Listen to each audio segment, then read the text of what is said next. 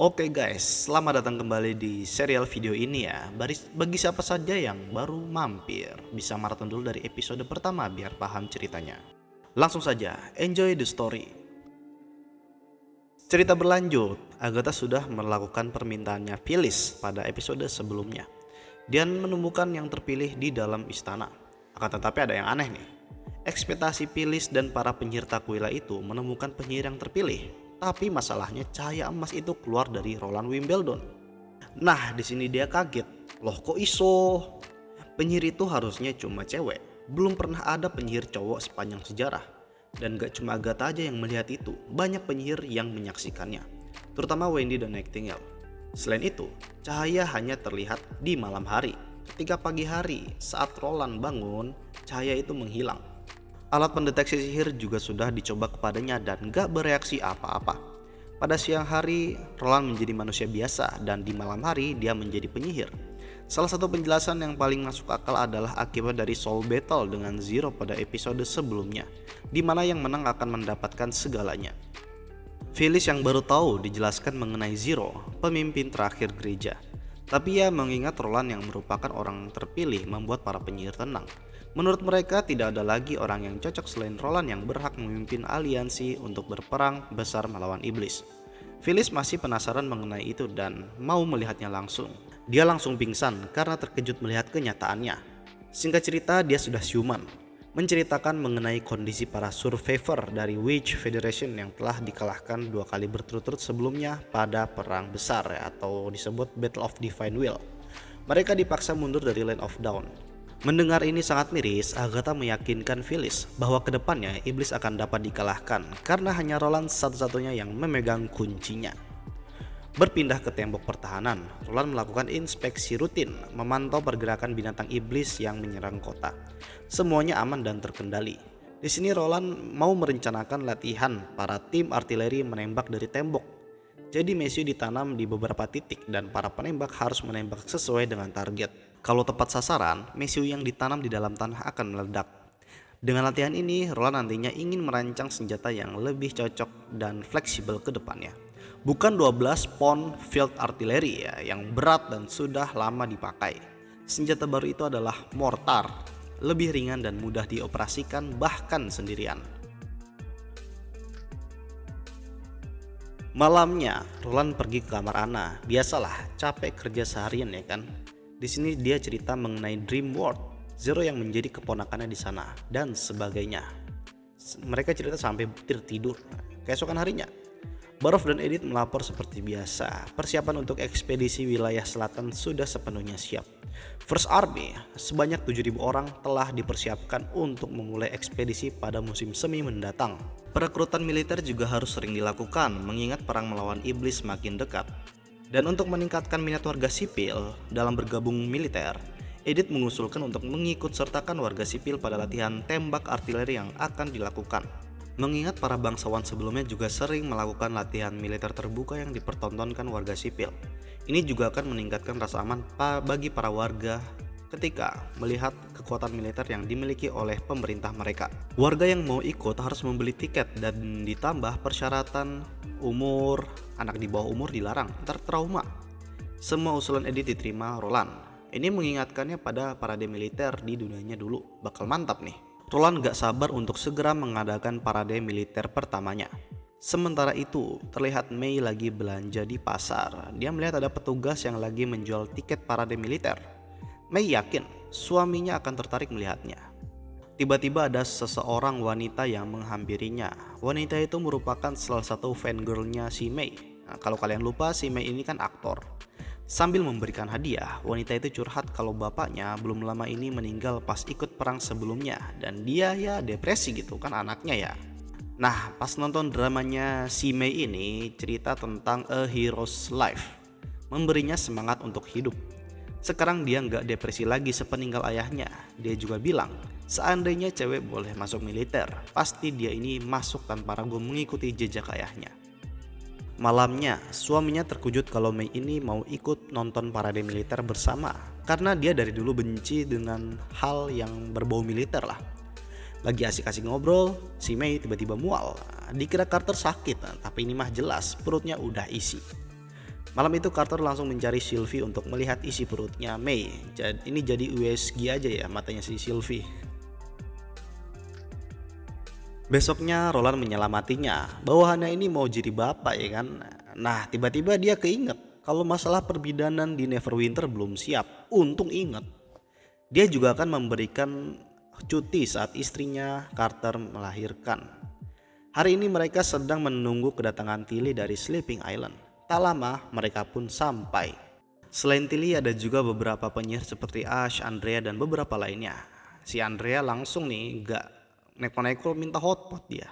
Iya sih musim dingin enaknya makan hotpot ya kan. Di ruangan rapat mereka membahas mengenai Roland yang menjadi penyihir yang terpilih. Sudah beratus-ratus tahun para penyihir Takwila mencarinya. Walaupun aneh ya, penyihir pria pertama. Dan juga mereka membahas parade militer yang akan dilakukan ke depannya. Mendengar ini, Andrea mempunyai ide untuk mengganti target tembak yang sebelumnya adalah bubuk mesiu menjadi binatang iblis. Mumpung lagi bulan iblis ya kan, banyak binatang iblis berkeliaran ke sana kemari. Dan ini pasti akan membuat masyarakat puas. Mereka sangat dendam dengan binatang iblis ini yang sudah mengusik kehidupan mereka selama ini. Dan untuk urusan penangkapan serahkan saja pada para penyihir. Lokasi penangkapan terbatas pada hutan yang sudah dikuasai oleh Leaf, jadi relatif aman lah. Sebelum memulai parade militer, para penyihir menjadikan ini sebagai perlombaan dengan hadiah Chaos Drink. Dibagi menjadi 3 kelompok, kelompok Neverwinter, Sleeping Island, dan Takwila. Sementara itu, Ivy bersiap untuk menemui sahabat lamanya yaitu Annie. Si Annie ini udah Ivy anggap sebagai kakaknya sendiri ya. Dia khawatir kalau nantinya Annie tidak mau memaafkannya mengingat masa lalunya yang sangat kejam. Singkat cerita mereka bertemu dan Ivy menangis di pelukan Annie sambil meminta maaf atas kesalahannya dulu meninggalkannya. Setelah Ivy tertidur di pelukan Annie langsung mengajak para saudarinya untuk menandatangani kontrak dan bergabung dengan Witch Union. Keesokan harinya semuanya telah siap untuk berburu binatang iblis. Peraturannya mudah, harus bisa menangkap binatang iblis sampai dikurung ke dalam kandang. Yang paling banyak dialah pemenangnya. Siapapun yang keluar dari teritorialnya Leaf, maka didiskualifikasi. Tim terbagi menjadi 3 dengan 2 orang per timnya. Tim Neverwinter diisi oleh Maggie dan Lightning. Tim Sleeping Island diisi oleh Ash dan Andrea. Tim Takwila diisi oleh Agatha dan Phyllis. Mereka pun berpencar memburu binatang iblis. Baru aja mulai, Tilly mengajak kakaknya taruhan. Jika Tilly menang, maka dia akan mendapatkan 50% revenue penjualan Chaos Drink yang akan digunakan sebagai dana penghargaan untuk para penyihir yang berkontribusi dalam pembangunan kota Neverwinter. Jika kalah, maka Tilly akan tinggal di sini. Tilly bertaruh jika tim Sleeping Island akan juara pertama, sedangkan Roland bertaruh kalau tim Neverwinter yang juara pertama. Sementara itu, berpindah ke tim Sleeping Island. Leaf mengarahkan mereka jika ada binatang iblis yang mendekat. Tak lama babi hutan keluar. Ash mau menebasnya tapi takut hancur karena tujuannya itu menangkap bukan membunuh. Andrea kali ini turun tangan dan sihirnya sudah berevolusi.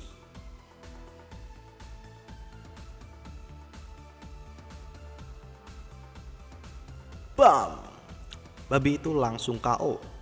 Babi itu akan dibawa oleh Ash ke kurungan di kota dan Andrea melanjutkan perburuannya. Berpindah ke tim Takwila, Agatha dan Phyllis sangat bersemangat mengikuti kompetisi ini. Mereka adalah perwakilan Takwila. Tak lama, Leaf memberikan kode binatang iblis mendekat. Mereka langsung siap siaga.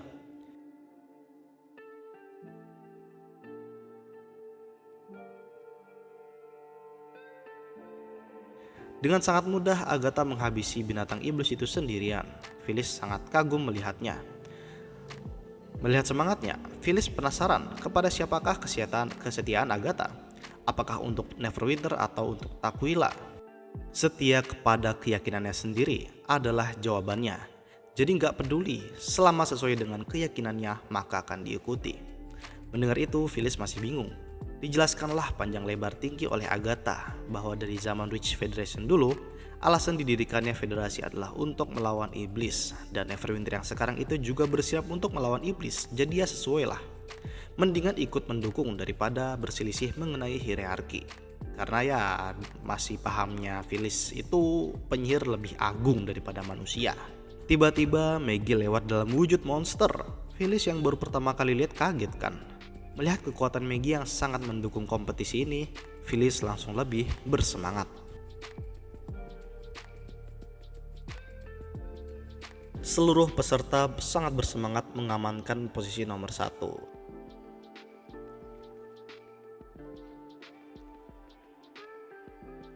Sampai pada akhirnya Leaf mengumumkan bahwa kompetisi telah usai.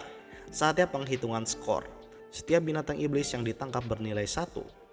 Posisi ketiga diraih oleh tim Neverwinter, 7 poin. Penyebabnya itu mereka emang gak fokus kompetisi ya, malah nyari makanan. Dasar bocah. Posisi kedua diraih oleh tim Sleeping Island dengan 15 poin. Dan juara pertama diraih oleh tim Takwila dengan nilai 22 poin. Walaupun totalnya hanya 44 ekor, tapi binatang iblis yang ada sampai ratusan, dan itu sisanya ditangkap oleh Leaf sendirian. Memang OP nih kalau di hutan. Singkat cerita, hari parade sudah tiba. Semuanya telah dipersiapkan dengan baik. Para penduduk juga sudah berada dalam posisi yang nyaman melihat parade ini. Parade dimulai dengan Mars Parade yang dinyanyikan oleh Echo, lalu diikuti oleh pasukan yang berjalan dengan sangat gagah menuju tempat penembakan. Sampai di posisi penembakan, bidik, isi peluru, hitung mundur. 10, 9, 8, 7, 6, 5, 4, 3, 2, 1.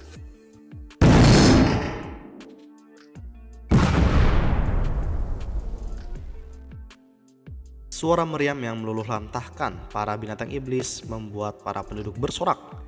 Selain penduduk, ada banyak pihak yang baru pertama kali melihat ini. Contohnya Phyllis, yang masih baru, dia sangat kaget. Pantesan Agatha yakin kalau Roland dapat memimpin perang, gitu pikirnya.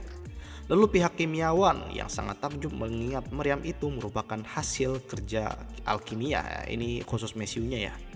Dan mereka langsung OTW ke laboratoriumnya si Kyle Sichi untuk melamar kerja. Lalu si Cole, adiknya Edith, yang sama terkejutnya seperti Phyllis. Karena ini dia paham kenapa kakaknya si Edith ini lebih mendukung revolusi Roland Wimbledon daripada bapaknya sendiri, dan lain sebagainya. Selepas parade, Phyllis langsung menemui Roland untuk memastikan lagi mengenai senjata ini. Roland menjelaskan panjang lebar. Pertama, senjata meriam ini akan terus diproduksi dan juga akan di-upgrade lagi biar lebih kompatibel di kendaraan. Jadi intinya ya kayak self-propelled gun. Nih contohnya kayak gini. Lalu akan diproduksi supaya memenuhi tembok perbatasan dalam kurun waktu 2 tahun ke depan. Kedua, nantinya Roland akan mengembangkan senjata yang lebih dahsyat lagi. Ibaratnya seperti matahari terbit. Kalau dipikir-pikir ini bakal bikin senjata nuklir deh. Kan persis ya, seperti matahari terbit ya kan. Phyllis yang semakin yakin langsung bersiap untuk menghubungi para penyihir Takwila yang sedang bertahan di labirin Impassable Mountain. Semuanya disiapkan, pertemuan besar akan dilakukan.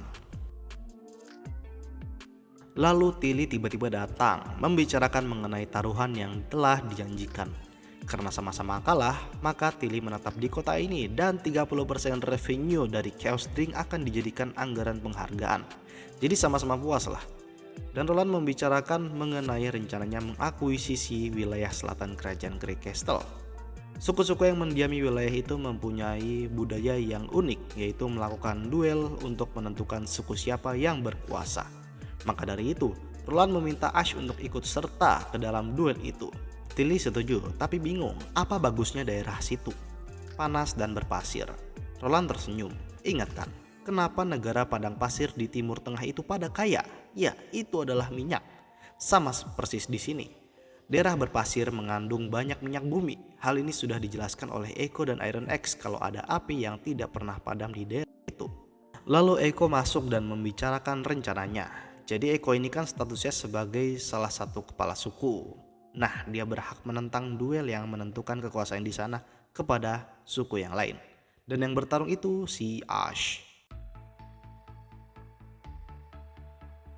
Berpindah ke suatu tempat aneh, terlihat banyak binatang iblis.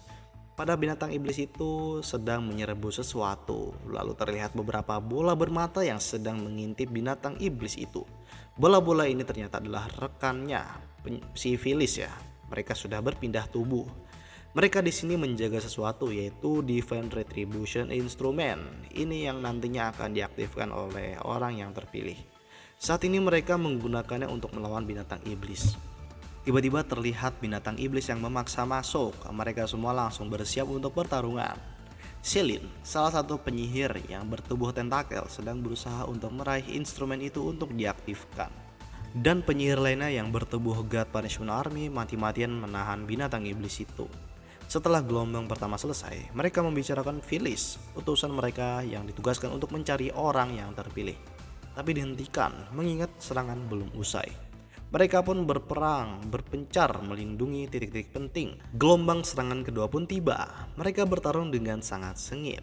Singkat cerita, Divine Retribution Instrument telah siap digunakan dan boom! Gelombang yang keluar membunuh para binatang iblis. Mereka pun sudah aman, tapi memakan nyawa salah satu rekannya. Setelah memeriksa keadaan dan dirasa sudah aman, mereka bingung ke depannya harus bagaimana, karena Divine Retribution Instrument yang barusan digunakan ada yang rusak beberapa komponennya. Jadi sementara tidak bisa dipakai selama seminggu. Mereka pun panik, akan tetapi tiba-tiba ada sinyal komunikasi yang datang. Sinyal itu dari Phyllis. Mereka langsung segera mengaktifkan perangkat komunikasinya.